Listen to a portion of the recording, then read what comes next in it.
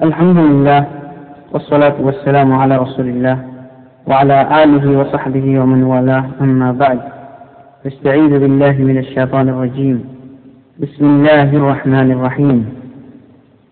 ولله على الناس حج البيت من استطاع إليه سبيلا ومن كفر فإن الله غني عن العالمين. সম্মানিত মুসলিম ভাই ও বন্ধুগণ, পর্দানসীন ধার্মিকা মাতা ও ভগ্নীগণ, আসসালামু আলাইকুম ওয়া রাহমাতুল্লাহি ওয়া বারাকাতুহু। আজ আমি আপনাদের সম্মুখে ইসলামের পঞ্চম ভিত্তি হজ ও উমরা সম্পর্কে আলোচনা করতে যাচ্ছি। হজ শব্দের আবিধানিক অর্থ ইচ্ছা বা সংকল্প করা। ইসলামী পরিভাষায় নির্দিষ্ট সময়ে নির্দিষ্ট শর্ত শারায়েত সাপেক্ষে নির্দিষ্ট কার্য সম্পাদনের উদ্দেশ্যে বাইতুল্লাহ শরীফে যাওয়া। উমরা শব্দের আবিধানিক অর্থ পরিদর্শন বা সাক্ষাৎ। ইসলামী শরীয়তে নির্দিষ্ট শর্ত শারায়েত সাপেক্ষে বাইতুল হারামের পরিদর্শনের জন্য তথায় যাওয়া। হজ উমরা বিধিবদ্ধ হওয়ার দলিল সমূহ। হজ হল ইসলামের 5টি রুকনের সর্বশেষ রুকন। ইহা দৈহিক পরিশ্রম ও আর্থিক ত্যাগের সমন্বয়ে গঠিত এক বিরাট ফজিলতপূর্ণ ফরজ ইবাদত। ইহা কোন মাসে ফরজ হয়েছে এই নিয়ে বিদ্বানদের মাঝে মতভেদ থাকলেও সহি কথা এই যে হজ 9 হিজরি সনে ফরজ হয়েছে। মক্কা যাতায়াত ও হজ পালনকালে অবস্থানের খরচের অর্থ এবং ফিরে আসা পর্যন্ত পরিবারের প্রয়োজনীয় খরচাদি সমপরিমাণ অর্থের যে কোনো মালিকের উপর জীবনে একবার হজ পালন করা ফরজ। দলিল: ওয়ালিল্লাহি আলান নাসি হিজ্জুল বাইতি মান ইসতাতাআ ইলাইহি সাবিলা ওয়া মান কাফারা ফাইন্নাল্লাহা গানিয়্যুন আনিল আলামিন। আল্লাহর উদ্দেশ্যে মানুষের উপর বাইতুল্লাহর হজ পালন করা বিধিবদ্ধ করা হয়েছে যারা উহা পর্যন্ত পৌঁছার ক্ষমতা রাখে। আর যে ব্যক্তি উহা আদায়ের ক্ষমতা থাকা সত্ত্বেও পালন করতে অস্বীকার করবে তবে আল্লাহ সমগ্র জগৎ থেকে মুখাপেক্ষীহীন।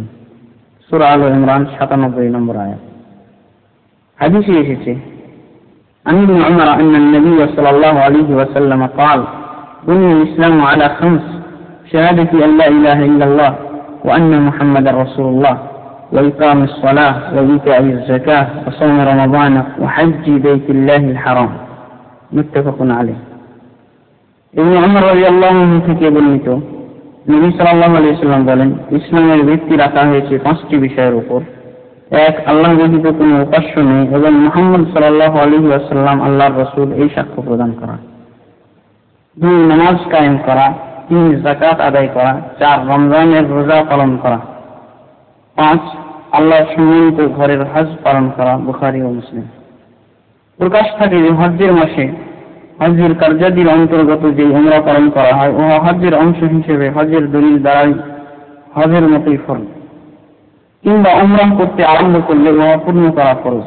এই অর্থে কোরআনে এই আয়াতটি উমরা ও হজ ফরজ হওয়ার দলিল হিসেবে গ্রহণ করা হয়। ওয়াতিমুল হজ্জ ওয়াল উমরাতা লিল্লাহ, তোমরা আল্লাহর সন্তুষ্টি বিধানের উদ্দেশ্যে হজ ও উমরা পূর্ণ করো। সূরা আল বাকারা 106 নম্বর আয়াত। এই অর্থে বেশ কিছু হাদিসও এসেছে। হজ্জের মাসের বাইরে যে উমরা পালন করা হয় কিংবা হজ্জের মাসে কিন্তু হজ্জের অংশ হিসেবে নয় বরং শুধু উমরা পালন করে বাড়ি ফেরত চলে যাওয়া হয়, ওই উমরা ফরজ নয় বরং নফল। তবে সওয়াব বা ফজিলতের দিক দিয়ে উভয়টাই সমান। বলা বাহুল্য, হজ্জের অংশ হিসেবে যে উমরা পালন করা হয়, হজ যদি নফল হয় উমরা ফরজ বলেই গণ্য হয় যদি হজ তামাত্তু বা কিরান হয়। হজ উমরার ফজিলত ও উপকারিতা। হাদিসে বিভিন্নভাবে বিভিন্ন দিক দিয়ে হজ উমরার ফজিলত ও উপকারিতা বর্ণনা করা হয়েছে। তার মধ্যে একটি হাদিস উদ্ধৃত হল। হাদিসে এসেছে, হজ উমরা যদি সহি শুদ্ধ ও খাঁটিভাবে আদায় করা যায় তাহলে জীবনের যাবতীয় পাপ পঙ্কিলতা থেকে মুক্ত হয়ে পরিষ্কার হওয়া যায়। عن أبي هريرة رضي الله عنه أن رسول الله صلى الله عليه وسلم قال: العمرة إلى العمرة كفارة لما بينهما والحج المبرور ليس له جزاء إلا الجنة. رواه البخاري ومسلم. হযরত আবু হুরায়রা রাদিয়াল্লাহু আনহু থেকে বর্ণিত, রাসূলুল্লাহ সাল্লাল্লাহু আলাইহি ওয়াসাল্লাম বলেন, এক উমরা থেকে অপর উমরার মাঝে সংগঠিত পাপ এমনি বিমোচিত হয় আর মাবরুর হজ্জের বিনিময়ে সুনির্দিষ্ট জান্নাত। হাদিসটি আহমদ, বুখারী, মুসলিম বর্ণনা করেছেন। عن أبي هريرة رضي الله عنه قال قال رسول الله صلى الله عليه وسلم من حج فلم يرفث ولم يفسق رجع كيوم ولدته أمه رواه البخاري ومسلم। হযরত আবু হুরায়রা রাদিয়াল্লাহু আনহু থেকে বর্ণিত, তিনি বলেন, রাসূলুল্লাহ সাল্লাল্লাহু আলাইহি ওয়াসাল্লাম বলেছেন, যে ব্যক্তি হজ করে এবং হজকালে যৌন সম্ভোগ ও কোনো পাপাচারী কাজে লিপ্ত হয় না, সে ব্যক্তি বাড়ি ফেরত যায় গুনাহ থেকে ওই দিনের মতো মুক্ত হয়ে ঠিক মাতৃগর্ভ থেকে ভূমিষ্ঠ হওয়ার দিন যেমন ছিল। বুখারী ও মুসলিম।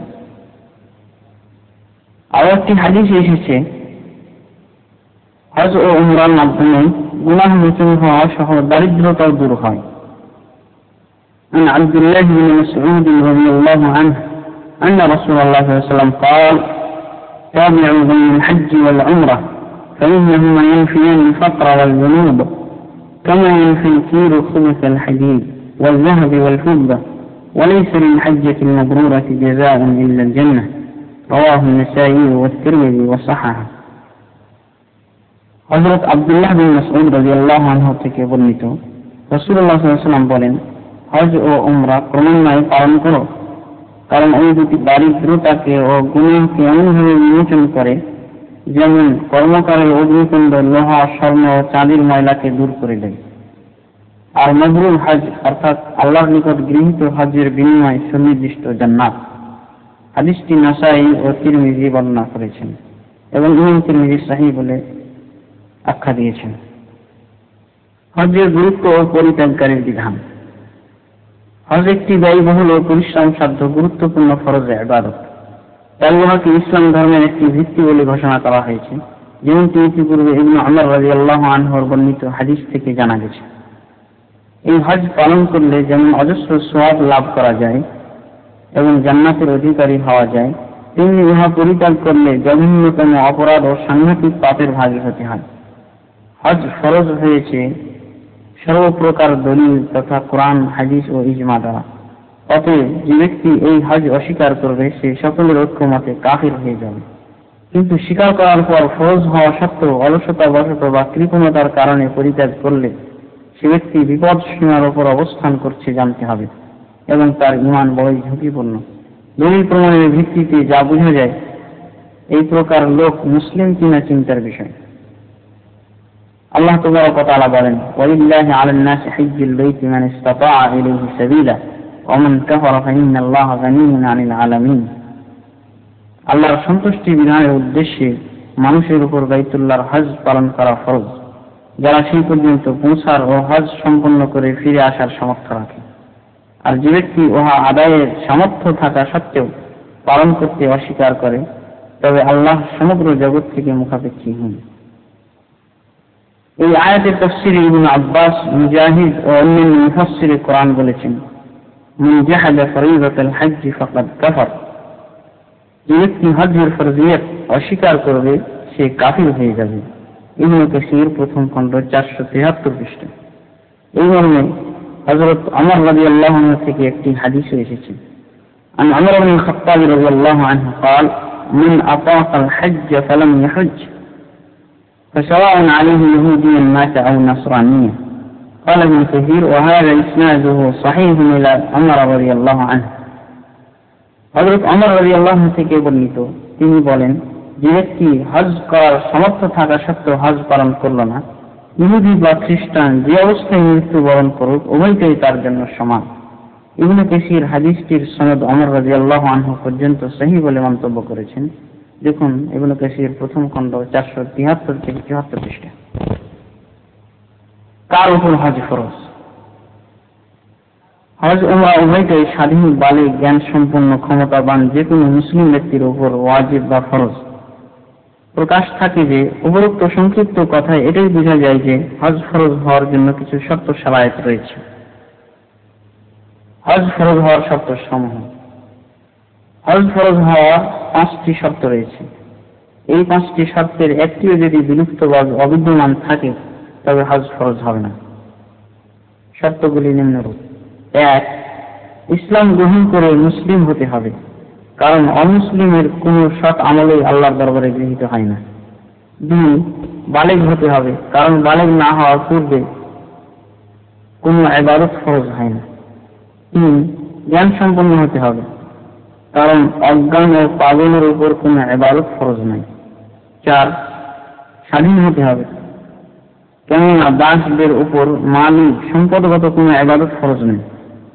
5. আর্থিক ও শারীরিক ক্ষমতা সম্পন্ন হতে হবে, যদি কেউ উভয় প্রকার ক্ষমতাবান হয় তবে সশরীরে নিজেকে হজ পালন করতে হবে। যদি এমন হয় যে শারীরিক ক্ষমতা আছে কিন্তু আর্থিক ক্ষমতা নেই, তাহলে হজ ফরজ নয়।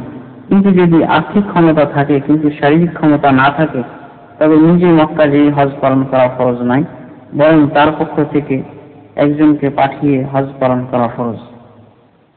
মহিলাদের ক্ষেত্রে উপরোক্ত শর্তগুলির সঙ্গে আরো একটি শর্ত যোগ করা বাঞ্ছনীয়, আর তা হচ্ছে এই যে মহিলার সাথে স্বামী বা কোনো মাহরাম অর্থাৎ বিবাহ হারাম এমন কোনো পুরুষ থাকতে হবে।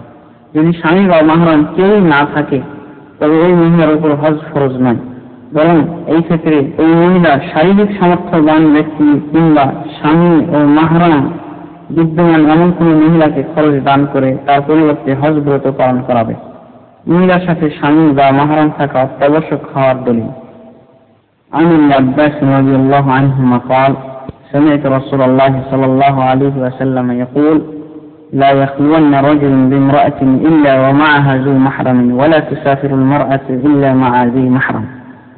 فقال رجل: يا رسول الله، إن امرأتي خرجت حاجة وإني اكتتبت في غزوة كذا وكذا. فقال: انطلق فحج مع امرأتك. رواه البخاري ومسلم. হযরত ইবনে আব্বাস রাদিয়াল্লাহু আনহুমা থেকে বর্ণিত, তিনি বলেন, আমি রাসূলুল্লাহ সাল্লাল্লাহু আলাইহি ওয়াসাল্লামকে বলতে শুনেছি, কোন ব্যক্তি যেন মাহরামবিহীন অবস্থায় কোনো মহিলাকে নিয়ে নির্জন না হয় এবং কোন মহিলা যেন মাহরামবিহীন অবস্থায় কোথাও সফরে ভ্রমণে না যায়। এই বক্তব্য শুনে এক ব্যক্তি বললেন, ইয়া রাসূলুল্লাহ, আমার স্ত্রী হজ্জের উদ্দেশ্যে গমনোন্মুখ আর আমি অমুক অমুক যুদ্ধে তালিকাভুক্ত হয়েছি। রাসূলুল্লাহ সাল্লাল্লাহু আলাইহি ওয়াসাল্লাম বললেন, তুমি যুদ্ধে না গিয়ে তোমার স্ত্রীর সহিত যাও এবং তাকে নিয়ে হজ পালন করো। হাদিসটি বুখারী মুসলিম বর্ণনা করেছেন, তবে ভাষা মুসলিমের। বন্ধুগণ, এবার আপনাদের সম্মুখে হজ কবুল হওয়ার ও সংরক্ষিত রাখার শর্তসমূহ আলোচনা করছি। সকল মুসলিম ভাই বোনদের জানা উচিত যে কোনো ইবাদত কবুল হওয়ার ও সংরক্ষিত থাকার জন্য অবশ্যই কিছু শর্ত শরায়েত রয়েছে, যা পালন না করা হলে ইবাদত কবুল হয় না বা সংরক্ষিত থাকে না। তবে সকল শর্ত সমমর্যাদা ও সমমানের নয়। শর্তগুলিকে 3 ভাগে ভাগ করা যেতে পারে। 1. এমন শর্ত যা পূরণ না করলে কোন ইবাদত বা আমল আল্লাহর দরবারে গৃহীত হবে না। আর উহা হচ্ছে শিরক, কুফর, মুনাফিকি, ফরজ ইবাদত পরিত্যাগ করা কিংবা রাসূল সাল্লাল্লাহু আলাইহি ওয়াসাল্লামের তরিকার বরখিলাফ আদায় করা, ইসলাম ধর্ম ধ্বংসকারী পাপে জড়িত থাকা, হারাম সম্পদ ব্যবহার করা ইত্যাদি। 2. এমন শর্ত যার কারণে আমল গৃহীত হবে কিন্তু ঝুলন্ত অবস্থায় বা বাধাগ্রস্ত হয়ে থাকবে। সে শর্ত নিজে কিংবা অন্য কেউ পূরণ করলে তা গৃহীত হয়ে যাবে, আর তা হচ্ছে ঋণ। 3. এমন শর্ত যা পূরণ না করলে ইবাদত কবুল হওয়ার ব্যাপারে বাধা বা অন্তরায় নয়, কিন্তু ইহা সংরক্ষিত রাখার শর্ত পূরণ না করার কারণে ঘাটতি হতে হতে অবশিষ্ট নাও থাকতে পারে, আর তা হচ্ছে মানুষের উপর বিভিন্ন ধরনের জুলুম অত্যাচার করা থেকে বিরত থাকা।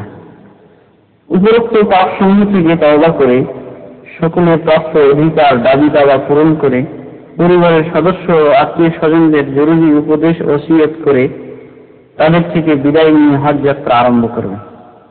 ওসিয়ত প্রাপ্য ও দিন ব্যাপারে তথা তাকওয়া ও দিনদারির উপর করার উপর অধিক গুরুত্ব দিবে। ভালো সঙ্গী সাথী নির্বাচনের চেষ্টা করবে। হজ্জের জন্য প্রয়োজনীয় আসবাবপত্র সঙ্গে নিয়ে যাবে। সফরের দোয়া। পরিবার পরিজন ও আত্মীয় স্বজন থেকে বিদায় নেওয়ার সময় বলবে, আস্তাউদিউকুমুল্লাহুল্লাযী লা তাযীউ ওয়াদাইহু। আর আত্মীয় স্বজনরাও বলবে, আস্তাউদিউকাল্লাহ দীনাকা ওয়া আমানাতাকা ওয়া খাওয়াতিমা আমালিকা। অতঃপর পরিবার পরিজনের নিকট থেকে বিদায় নিয়ে বিসমিল্লাহ বলে বাহনে আরোহণ করে 3 বার আল্লাহু আকবার বলার পর নিনের দোয়াটি পড়বে। سبحان الذي سخر لنا هذا وما كنا له مقرنين وإنا إلى ربنا لمنقلبون اللهم إنا نسألك في سفرنا هذا البر والتقوى ومن العمل ما ترضى اللهم هون علينا سفرنا هذا واقض عنا بعده اللهم أنت الصاحب في السفر والخليفة في الأهل اللهم إني أعوذ بك من وعثاء السفر وكآبة المنظر وسوء المنقلب في المال والأهل والولد ইহরাম বাঁধার কাজসমূহ। হজ উমরার প্রথম কাজ হলো ইহরাম বাঁধা। আর এই ইহরাম বাঁধার জন্য প্রত্যেক দেশের ও অঞ্চলের লোকের জন্য নির্দিষ্ট জায়গা বা স্থান রয়েছে। এই স্থানগুলিকে মিকাত বলা হয়। মিকাত মোট 5টি, যা রাসূলুল্লাহ সাল্লাল্লাহু আলাইহি ওয়াসাল্লাম নিজেই নির্ধারণ করে গেছেন।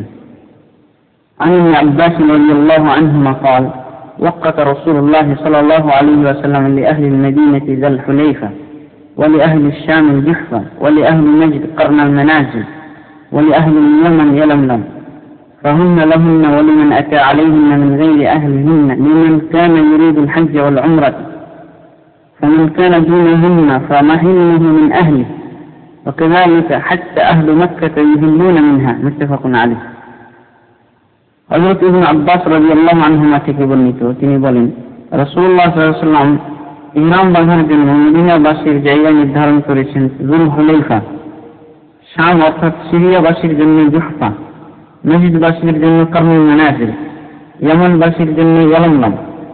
এই মিকাতগুলি উল্লেখিত অধিবাসীর জন্য এবং তাদের জন্য যারা তাদের উপর দিয়ে অতিক্রম করবে হজ ও উমরা পালনের ইচ্ছা পোষণ করে। আর যারা এই মিকাতের অন্তর্গত এলাকায় রয়েছে তাদের মিকাত হলো তাদের পরিবার অর্থাৎ তাদের নিজেদের বাড়ি। এইভাবে মক্কাবাসী মক্কা থেকে ইহরাম বাঁধবে। বুখারী ও মুসলিম। বন্ধুগণ, উল্লিখিত হাদিসে আমরা 4টি মিকাতের সন্ধান পেলাম। এবার পঞ্চম মিকাত অন্য এক হাদিস দ্বারা প্রমাণিত হয়। عن عائشة رضي الله عنها أن النبي صلى الله عليه وسلم وقت لأهل العراق ذات عرق رواه أبو داود والنسائي। হযরত আয়েশা রাদিয়াল্লাহু আনহা থেকে বর্ণিত, নবী সাল্লাল্লাহু আলাইহি ওয়াসাল্লাম ইরাকবাসীর জন্য যাত ইরককে মিকাত নির্ধারণ করেছেন। হাদিসটি আবু দাউদ ও নাসাই বর্ণনা করেছেন। বন্ধুগণ, এবার উমরার বিবরণ আমরা আলোচনা করব। উমরার কাজগুলি।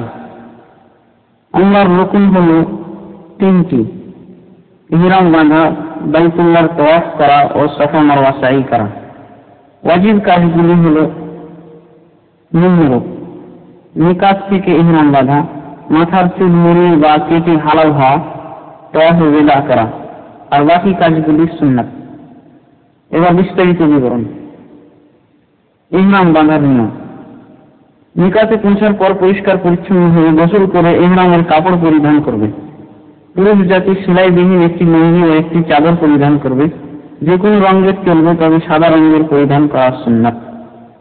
মহিলাদের জন্য সেলাই বিশিষ্ট যে কোনো ধরনের ও রঙের কাপড় পরিধান করা জায়েজ, তবে শরীয়ত বিরোধী পুরুষদের মতো ও তাদের দৃষ্টি আকর্ষণকারী যেন না হয়। এই স্থানে হযরত ইবনে উমর রাদিয়াল্লাহু আনহু হাদিস উল্লেখ করলে যথেষ্ট। عن ابن عمر رضي الله عنهما قال نهى النبي صلى الله عليه وسلم النساء في إحرامهن عن القفازين والنقاب وما مسه الوس والزعفران من الثياب، ولتلبس بعد ذلك ما أحبت من ألوان الثياب من معسفر أو خز أو حلي أو سراويل أو قميص أو خف. رواه أبو داود والبيهقي والحاكم ورجاله رجال الصحيح।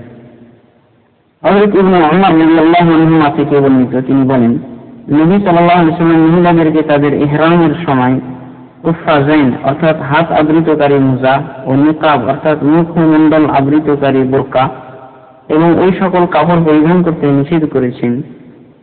জাফরান ও ওয়াস অর্থাৎ এমন উদ্ভিদ যা থেকে খয়েরি রং বের হয়, যাকে স্পর্শ করেছে, কারণ এই দুটি সুগন্ধি বিজড়িত। শুধু রং হলে কোনো কথা ছিল না। এছাড়া যা খুশি করবে, লাল রঙের রেশমির গয়না, পায়জামা, কামিজ, মোজা সব পরতে পারবে। হাদিসটি আবু দাউদ, বাইহাকি, হাকিম বর্ণনা করেছেন। হাদিসের বর্ণনাকারী ব্যক্তিবর্গ সহিহ হাদিসের ব্যক্তিবর্গ। ফিকহ সুন্নাহ প্রথম খণ্ড 568 পৃষ্ঠা। কাপড় পরিধান করে পুরুষদের জন্য সুগন্ধি সহজলভ্য হলে তা মেখে, ইচ্ছা করলে চুল দাড়ি সিঁথা করে ফরজ নামাজের সময় হলে উহা আদায়ের পর বা তাহিয়াতুল ওযু 2 রাকাত নফল নামাজ আদায়োত্তর কিংবা বিনা নামাজে মনে মনে উমরার নিয়ত বা ইচ্ছা খাঁটি করে লাব্বাইক উমরাতান বা লাব্বাইক বিউমরাতিন অর্থাৎ উমরা করতে উপস্থিত হয়েছে বলে তালবিয়া পাঠ করা শুরু করবে। তালবিয়ার শব্দগুলি: লাব্বাইক আল্লাহুম্মা লাব্বাইক, লাব্বাইক লা শারীকা লাক লাব্বাইক, ইন্নাল হামদা ওয়ান নি'মাতা লাক ওয়াল মুলক লা শারীকা লাক। যদি রাস্তায় বাধাপ্রাপ্ত হওয়ার কিংবা রোগজনিত কারণে হজ পালন করতে সামর্থ্য হারানোর ভয় হয়, তবে ইহরামের সময় তালবিয়া পাঠের সাথে সাথে আল্লাহর নিকট নিম্নের ভাষায় শর্ত করতে পারে: আল্লাহুম্মা ইন হাবাসানি হাবিসুন ফামাহিল্লি হাইসু হাবাসতানি, মুত্তাফাকুন আলাইহ। হে আল্লাহ, কোনো বাধা প্রদানকারী যদি আমার হজ পালনে প্রতিবন্ধক হয়, তবে যেখানে আমি বাধাগ্রস্ত হব সেই স্থানে আমার হালাল হওয়ার স্থান। বুখারী ও মুসলিম। মুসাল্লাতে দাঁড়িয়ে কিংবা বাহনে আরোহণ করে কিবলামুখী হয়ে তালবিয়া পাঠ করা সুন্নাত। এইভাবে জোরে জোরে তালবিয়া পাঠ করতে করতে মক্কার অভিমুখে যাত্রা শুরু করবে। সবসময় তালবিয়া পাঠ করা জরুরি নয়, অন্যান্য দোয়া কালামও মাঝে মাঝে পাঠ করবে। হাদিসে এসেছে, উঁচুতে ওঠার সময় ও নিচুতে নামার সময় রাসূলুল্লাহ সাল্লাল্লাহু আলাইহি ওয়াসাল্লাম তালবিয়া পাঠ করতেন। এমনিভাবে তালবিয়া পাঠ করতে করতে মক্কায় প্রবেশ করবে। মক্কায় প্রবেশের পর তথা মক্কার ঘর বাড়ি দৃষ্টিগোচর হলে তালবিয়া পাঠ বন্ধ করবে। একথা আলবানী বুখারী ও বাইহাকীর হাদিসের উদ্ধৃতি দিয়ে বর্ণনা করেছেন। মানাসিক 19 পৃষ্ঠা। আবার কেউ কেউ এই হাদিস থেকে তাওয়াফে কুদুম শুরু করার পূর্ব পর্যন্ত তালবিয়া পাঠ করার কথা বলেছেন। মক্কায় প্রবেশ ও করণীয়। মক্কায় প্রবেশ করার পর মসজিদুল হারামে ঢোকার পূর্বে সুন্দরভাবে ওযু করে নেবে। বাইতুল্লাহ তাওয়াফের জন্য বানু সায়বা দরজা দিয়ে ঢোকা উত্তম, যা বর্তমান বাবুস সালাম নামে পরিচিত, কারণ রাসূলুল্লাহ সাল্লাল্লাহু আলাইহি ওয়াসাল্লাম এই দরজা দিয়ে প্রবেশ করেছিলেন বলে হাদিসে পাওয়া যায়। আর এই দরজা দিয়ে ঢুকলে হাজরে আসওয়াদ অর্থাৎ যেখান থেকে তাওয়াফ আরম্ভ হয় নিকটে হয়। মানাসিক আলবানী 19 পৃষ্ঠা। যে দরজায় দিয়ে প্রবেশ করুক না কেন, প্রথমে ডান পা মসজিদে রাখবে, অতঃপর বাম পা রেখে নিয়ে যে কোনো একটি দোয়া পড়বে। বিসমিল্লাহি আল্লাহুম্মা সাল্লি আলা মুহাম্মাদিন ওয়া সাল্লিম, আল্লাহুম্মা ইফতাহ লি আবওয়াব রাহমাতিক, সহিহুল কালিমাত তাইয়্যিব লিল আলবানী। কিংবা এই দোয়াটিও পাঠ করতে পারে: আউযু বিল্লাহিল আযীম ওয়া বিওয়াজহিল কারীম ওয়া বিসুলতানিহিল কাবীর মিনাশ শাইতানির রাজীম। আবু দাউদ। এরপর কাবা গৃহের দিকে অগ্রসর হতে থাকবে। কাবা শরীফ দৃষ্টিগোচর হওয়ার সময় ইচ্ছা করলে হাত উঠিয়ে নিজের ইচ্ছা মতো যে কোনো দোয়া পাঠ করতে পারে। ইবনে আব্বাস থেকে এই মর্মে মুসান্নাফ ইবনে আবি শায়বা গ্রন্থে সহিহ সনদে মওকুফ ভাবে হাদিস বর্ণিত হয়েছে। কেউ কেউ মারফু ভাবে হাদিস বর্ণনা করেছেন, কিন্তু উহার সনদ দুর্বল। মানাসিকুল হজ ওয়াল উমরা আলবানী টিকা সহ 20 পৃষ্ঠা। মোট কথা, এই স্থানে রাসূলুল্লাহ সাল্লাল্লাহু আলাইহি ওয়াসাল্লাম থেকে নির্দিষ্ট কোনো দোয়ার কথা হাদিসে সাব্যস্ত নেই। অতএব প্রত্যেকে নিজের মুখস্থকৃত দোয়া থেকে পড়তে থাকবে, কিংবা নিজের প্রয়োজন অনুসারে আল্লাহর নিকট নিজের বোধগম্য ভাষায় কিছু ভিক্ষা করবে। ইচ্ছা করলে হযরত ওমর রাদিয়াল্লাহু আনহু যে দোয়া পাঠ করতেন তা পাঠ করতে পারে। আর সেই দোয়াটি হচ্ছে এই: আল্লাহুম্মা আনতাস সালাম ওয়া মিনকাস সালাম ফাহাইয়িনা রাব্বানা বিস সালাম, রাওয়াহুল বাইহাকী বিসনাদিন হাসান। অতঃপর কাবা গৃহের নিকটে পৌঁছে পুরুষ লোকেরা ইজতেবা করবে। ইজতেবা অর্থ গায়ের চাদরখানার এক মাথা দ্বারা বাম কাঁধ ঢেকে সামনের দিকে ঝুলিয়ে রাখবে এবং অপর মাথা ডান হাতের বগলের নিচ দিয়ে নিয়ে বাম কাঁধের উপর দিয়ে পিঠের উপর ফেলবে, যাতে ডান কাঁধ, বাহু ও হাত খোলা থাকে। রাসূলুল্লাহ সাল্লাল্লাহু আলাইহি ওয়াসাল্লাম বাইতুল্লাহ প্রথম তাওয়াফে অর্থাৎ তাওয়াফে কুদুমে এরূপ ইজতেবা করতেন। হাদিসটি আহমদ, আবু দাউদ, তিরমিজি ও ইবনে মাজাহ বর্ণনা করেছেন। ইমাম তিরমিজি হাদিসটিকে হাসান সহিহ বলেছেন। উল্লেখ্য, এই ইজতেবা সপ্তম তাওয়াফের শেষ পর্যন্ত বহাল থাকবে।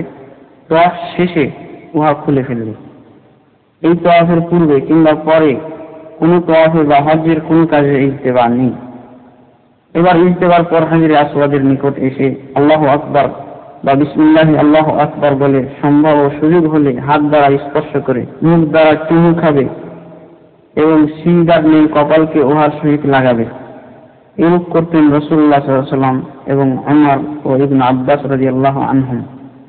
দেখুন মানাসিকুল হজ ওয়াল উমরা আলবানী 20 পৃষ্ঠা। মহিলারা যদি তাদের স্বামী বা মাহরামের কড়া সহযোগিতায় এরূপভাবে চুমু দেওয়ার সুযোগ পায় তবে যেন সুযোগ না হারায়। যদি চুমু দেওয়া সম্ভব না হয় তবে ডান হাত বা লাঠি দ্বারা স্পর্শ করে স্পর্শের স্থানকে চুমু খাবে। সুযোগ পাওয়া সত্ত্বে কেউ যেন এই কাজ থেকে পিছপা বা অনাগ্রহী না হয়, কারণ রাসূলুল্লাহ সাল্লাল্লাহু আলাইহি ওয়াসাল্লাম ও তার সাহাবাগণ খুব গুরুত্ব সহ চুমু খেতেন। عن نافع قال: رأيت ابن عمر استلم الحجر الأسود بيده ثم قبل يده وقال: ما تركته منذ رأيت رسول الله صلى الله عليه وسلم يفعله. رواه مسلم. وروى أبو الطفيل قال: رأيت رسول الله صلى الله عليه وسلم يطوف بالبيت ويستلم الركن بالمحجن معه ويقبل المحجن. رواه مسلم. হযরত নাফি থেকে বর্ণিত তিনি বলেন, আমি ইবনে উমর রাদিয়াল্লাহু আনহুকে দেখেছি, তিনি হাজরে আসওয়াদকে তার হাত দ্বারা স্পর্শ করে চুমু খেয়েছিলেন এবং বলেছিলেন, আমি যেদিন থেকে রাসূলুল্লাহ সাল্লাল্লাহু আলাইহি ওয়াসাল্লামকে এই কাজ করতে দেখেছি সেদিন থেকে উহা করা ছাড়িনি। মুসলিম। হযরত আবু তুফাইল রাদিয়াল্লাহু আনহু বর্ণনা করেন, রাসূলুল্লাহ সাল্লাল্লাহু আলাইহি ওয়াসাল্লামকে দেখেছি তিনি বাইতুল্লাহর তওয়াফ করতেন এবং হাতস্থ লাঠি দ্বারা রুকন অর্থাৎ হাজরে আসওয়াদকে স্পর্শ করতেন এবং সেই লাঠির স্পর্শস্থল চুমু খেতেন। মুসলিম শরীফ। যদি কিছু দ্বারা স্পর্শ করা সম্ভব না হয় তবে শুধু দূর থেকে হাত বা অন্য কিছু দ্বারা ইশারা বা ইঙ্গিত করে চলতে থাকবে। আর হাত বা অন্য কিছু দ্বারা ইঙ্গিত করলে চুমু খেতে হবে না, কারণ এই ক্ষেত্রে চুমু খাওয়ার দলিল নেই। পাথরকে চুমু খাওয়া ও স্পর্শ করা বা ইঙ্গিত করার পর কাবাকে বামে রেখে তওয়াফ আরম্ভ করবে। ইবনে উমর রাদিয়াল্লাহু আনহু পাথরকে স্পর্শ করার পর আবার বিসমিল্লাহি আল্লাহু আকবার বলতেন এবং হযরত আলী কিংবা ইবনে আব্বাস রাদিয়াল্লাহু আনহু এই দোয়া পড়তেন, আল্লাহুম্মা ঈমানান বিকা ওয়া তাসদীকান বিকিতাবিকা ওয়া ওয়াফা'আন বি'আহদিকা ওয়া ইত্তিবা'আন লিসুন্নতি নাবিয়্যিকা মুহাম্মাদিন সাল্লাল্লাহু আলাইহি ওয়াসাল্লাম। আখরাজাহু আল-বাইহাকী আন আলী ওয়া আবু দাউদ ফি মাসাইল ওয়া আখরাজাহু আব্দুর রাজ্জাক আন ইবনে আব্বাস রাদিয়াল্লাহু আনহু। হে আল্লাহ, তোমার উপর ঈমান আনয়ন করব, তোমার কিতাবকে সত্য জ্ঞান করা পূর্বক, তোমার সহিত কৃত অঙ্গীকার পূরণের জন্য এবং তোমার নবী মুহাম্মদ সাল্লাল্লাহু আলাইহি ওয়াসাল্লামের সুন্নতের অনুসরণ করে এই তওয়াফ পালন করছি। হাদিসটি ইমাম বাইহাকী হযরত আলী রাদিয়াল্লাহু আনহুর উদ্ধৃতিতে বর্ণনা করেছেন, অনুরূপভাবে আবু দাউদও তার মাসাইল গ্রন্থে, কিন্তু আব্দুর রাজ্জাক তার মুসান্নাফ গ্রন্থে ইবনে আব্বাসের উদ্ধৃতিতে বর্ণনা করেছেন।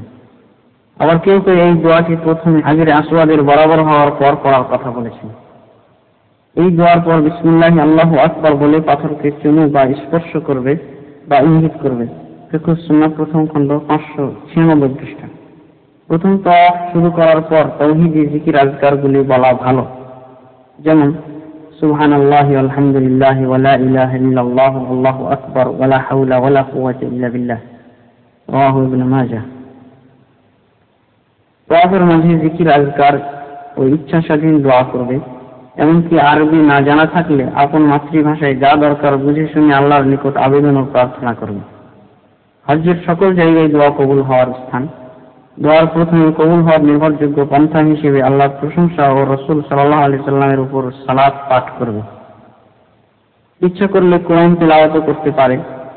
এই সকল জায়গায় তালবিয়া পাঠের মতো করে বা তালবিয়া পাঠের উপর অনুমান করে উচ্চ কণ্ঠে দোয়া ও জিকির করা শরীয়ত বিরোধী। আর অন্যদিকে অপরাপর তওয়াফকারীদের একাগ্রতা ক্ষুণ্ণ করায় তাদের মনোবেদনার কারণ হয় পুণ্যের স্থলে পাপ হওয়ার সম্ভাবনা। উল্লেখ্য, রুকনে ইয়ামানী ও হাজরে আসওয়াদের মাঝামাঝি স্থান ব্যতীত মাতাফের অর্থাৎ তওয়াফ করার স্থানের ও তওয়াফের অন্য কোনো স্থানে নির্দিষ্ট কোনো দোয়া রাসূল সাল্লাল্লাহু আলাইহি সাল্লাম থেকে সাব্যস্ত হয়নি।